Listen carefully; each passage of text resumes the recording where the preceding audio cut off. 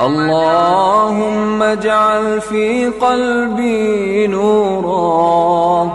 وفي لساني نورا، وفي سمعي نورا،